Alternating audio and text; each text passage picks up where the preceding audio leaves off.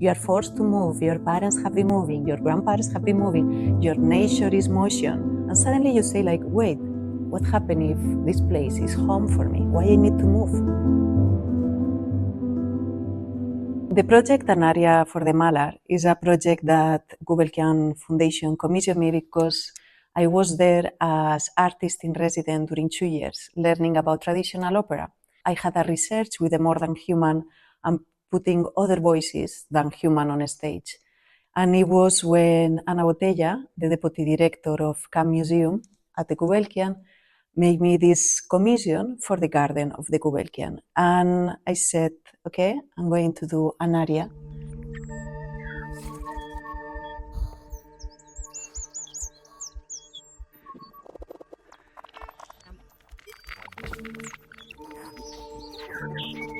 And I asked what was the oldest animal that was inhabiting the garden of the Gulbenkian.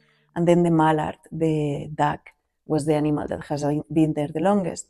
I started working in all the concept and the libretto of this aria. Also, I needed a very specific composer. And then is when I met Jorge Ramos. He could take all these different data that we were going to collect and transform it in the song.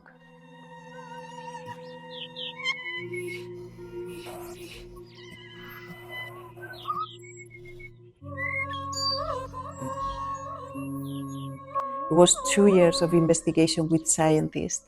First of all, to understand how the animals behave, how the plants move, how the plants do the photosynthesis, when is the time, how we can do an installation in the garden so it's not intrusive with the inhabitants that the garden has. Also philosophical questions like what means co-creation with the more than human if they don't know that they are co-creating. Later it was the part of what happens when in the garden when the sound is not there. So for me, the question was like, what is the result of a performance or how a performance can continue when the performance is not on?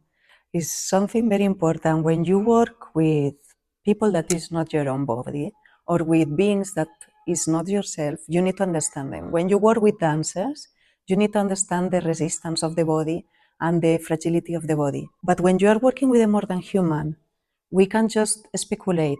We need to speak with scientists. One of my closest collaborators in this project was the responsible of the garden there.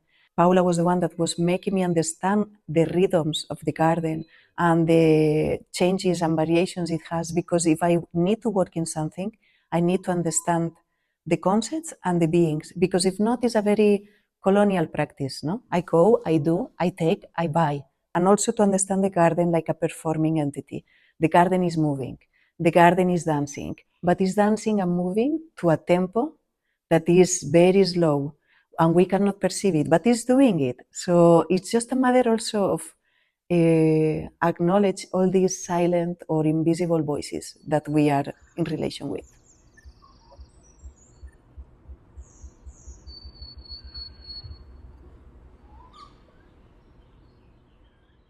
If we think in our perspective in a more watery way, where there is not up and down, where there are not binary things, where everything is more fluid, where everything is interrelated, where there is a kind of porosity that is not doesn't come from the material but from the concept. And suddenly all these elements is like a musical score.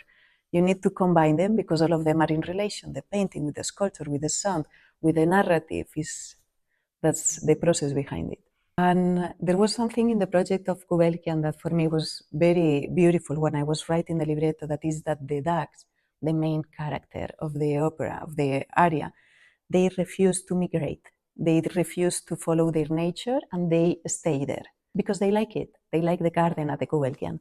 So for me, there was something very strong and poetical in that inner rebellion towards your nature. You are forced to move, your parents have been moving, your grandparents have been moving, your nature is motion. And suddenly you say like, wait, what happened if this place is home for me? Why I need to move? We know that many things politically in climate change are forcing us to move. And what happened if we refuse to move? No, like And the birds here in this exhibition are these metaphorical subjects that they choose another route, or they have this inner resistance or rebellion that I think is very beautiful.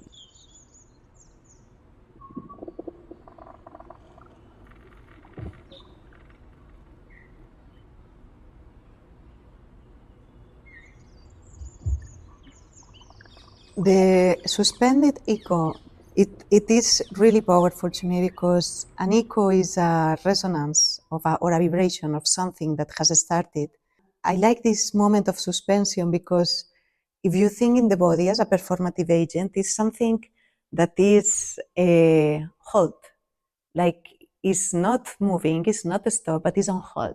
And if we go to the main space of the exhibition, we can see like there are these big paintings on the wall, and each one of them is related with concepts, with reflection of these ducks as metaphorical agents, but also in relation with the figure of Lorca.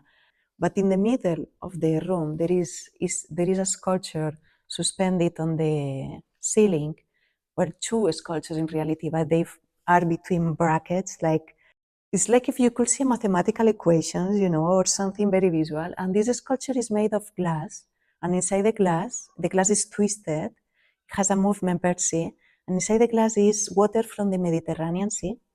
And you know, like when you take water from the sea, it has a lot of things inside. There are microorganisms, there is a lot of chemicals and atoms and particles, and later is my CO2 and my breathing there. It's like if we try to capture this breath, you know, this breath before the movement, after the movement, or in between in transitions. And this glass sculpture suspended containing all this performative action inside it. The first room is called, like the act of my libretto is called Act 1, Migratory Instinct. That is the instinct migratory that the birds have. And I related with this piece of mine that is called I Will Give You the Sea. That is a failed attempt of my body trying to capture water when my whole body is porous water. I cry, I spit, you know, like I sweat, everything, water escapes from our bodies. We cannot hold it, you know. So the water as this migratory being, you know, related in parallel with the birds. And later we enter to a small room where we have this orange, like sunset light, and we have all these little irons, like the brackets in the big room, that are like an echo emotion, like if you can see these waves of sound emotion, like, and a little painting of a vibration of a sound captured in the painting, and like with the irons this expanded. And later we enter to the big room, and the third room is where we have all these paintings with the big narrative behind each one, with the poetry and the narrative of Lorca and the suspended echo.